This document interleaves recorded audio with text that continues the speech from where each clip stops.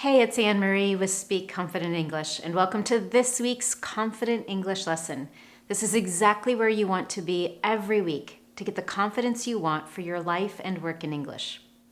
This week, it's all about advanced level vocabulary building. This is something I talk about quite a bit on the Speak Confident English channel. I love sharing videos on natural sounding language that English speakers use. If you've been following me for a while, you've probably heard me use the word collocation. And if you haven't heard me use that word before, it's definitely a strange one. You might be wondering, what exactly is a collocation? The best way for me to explain it is to think about things that you wear, the clothing that you wear. You probably know that certain colors, certain patterns just naturally go together. In language, there are words that just naturally go together. So a collocation is two or more words that go together well, or they're used together often. And you already know a lot of them. When you first begin studying English, you learn words that go together with the verb make and words that go together with the verb do. For example, make the bed, not do your bed. Do the dishes after dinner, not make the dishes. Over the last couple of years, I've done confident English lessons on collocations with the word think, collocations about progress, collocations with the word say, and many more. So today we're going to focus on 25 collocations that use the word stay in English. And we're going to focus on 5 different categories. Things that we say when we talk about staying focused, staying updated, staying in one place or remaining as you are, invitations to stay with someone, and finally, what we say when we talk about how long we will stay with someone.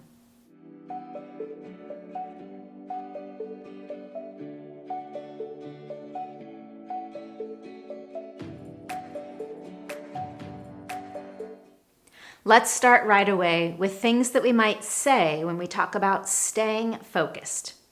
If you're working on something particularly challenging, you might stay at it, which means you don't give up on it. You continue working, you continue staying focused to accomplish something that you want. When you do that, it's also important to stay on track. In other words, you're avoiding distractions, you're avoiding interruptions, so that you can keep your focus and get what you want finished.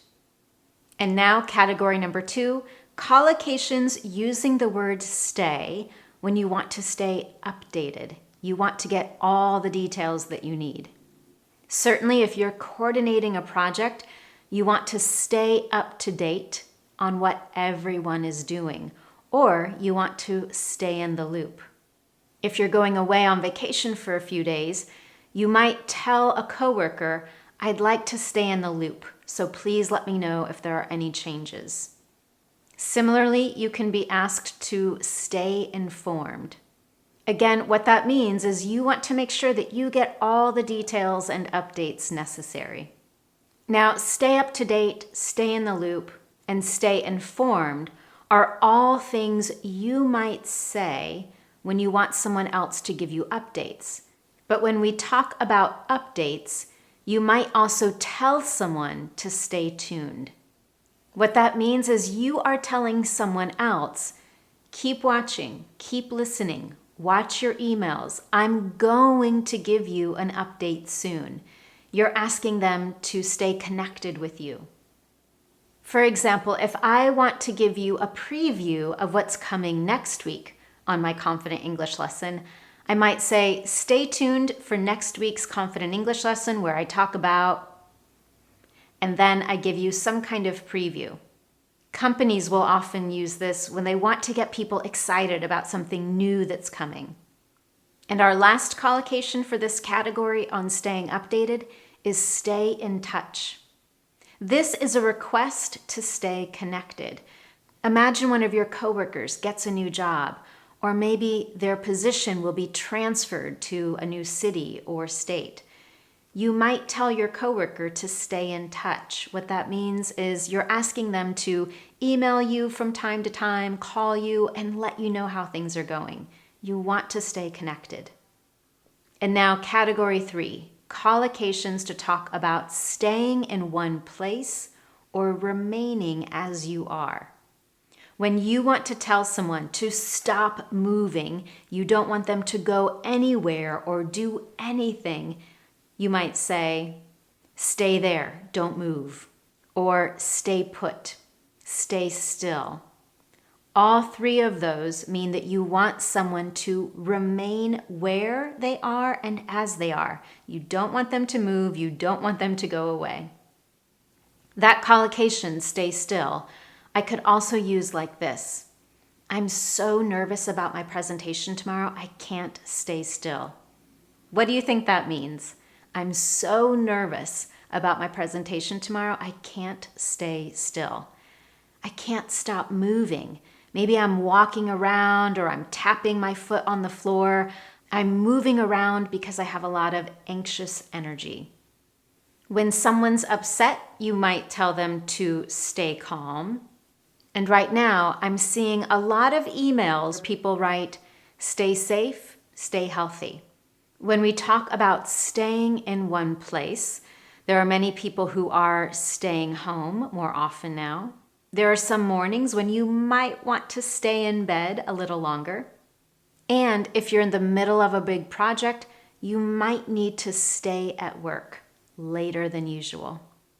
When that happens, you might say something like, I'm going to stay behind at work today. What that means is everyone else is leaving and going home, but you still have work to do, so you are going to remain, you're going to stay at work even though everyone else is leaving. Similar to stay behind at work, we can also say stay to do something at work. Maybe all your coworkers are going out for happy hour and they invite you to come along. You might say, I'll join you in 30 minutes. I'm going to stay to finish up my to-do list before I leave. And finally, one last collocation when we talk about remaining as you are is to stay together. We use this when we talk about 2 people staying in a relationship. All right, we have 8 more collocations with the word stay on our list today. Let's move on to category number 4. Things that we say when we stay with someone. Let's say one of your neighbors comes over just for a quick chat. And in the conversation, if you want to invite them to stay for dinner or to stay for a drink, to stay for dessert, you might say, won't you stay? Won't you stay for dinner? Won't you stay for a drink? Similarly, you could also say, stay for a while. Like, won't you stay and stay for a while, you might also ask someone to stay and chat. All 3 of those examples, won't you stay for a while, and stay and chat, are all casual ways to invite someone into your home or to invite them to hang out with you for a little while. If you have kids, they might ask if one of their friends can stay overnight on a Friday night. And if you want to invite someone to come stay in your home for a longer period of time, you might encourage them to come and stay with you for a while. For example, recently I was chatting with my sister who lives in another part of the United States. And while we were talking, I said, I would love for you and your family to come and stay for a while. When we do that, when we invite someone to stay with us, we also have some collocations to talk about how long someone might stay. We might talk about the length of someone's stay in our home. For example, it might be a long stay, a couple of weeks, a short stay, just a few days, a temporary stay.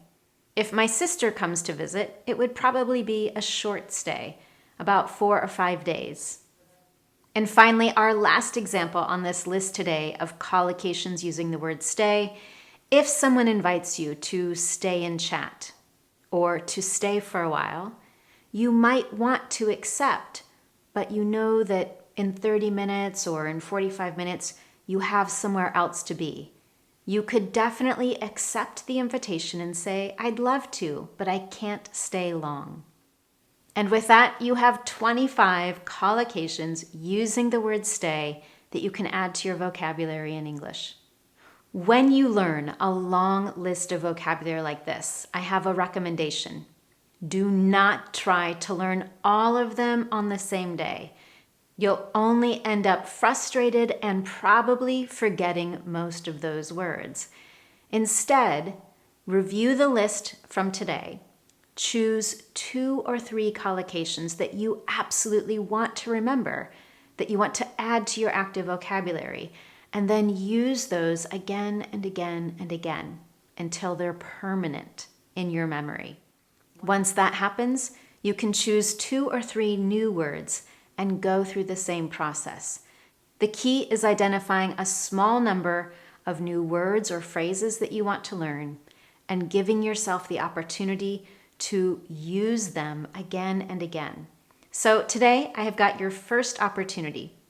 Choose 2 or 3 collocations from this list that are new for you and use them in your own example situations.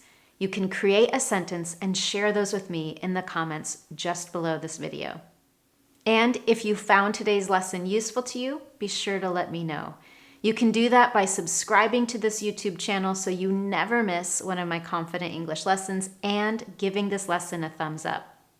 If you have a friend or coworker who would also love to add new collocations, new vocabulary to their English, you can share this lesson on Facebook, share it on LinkedIn, or send it to them directly by email.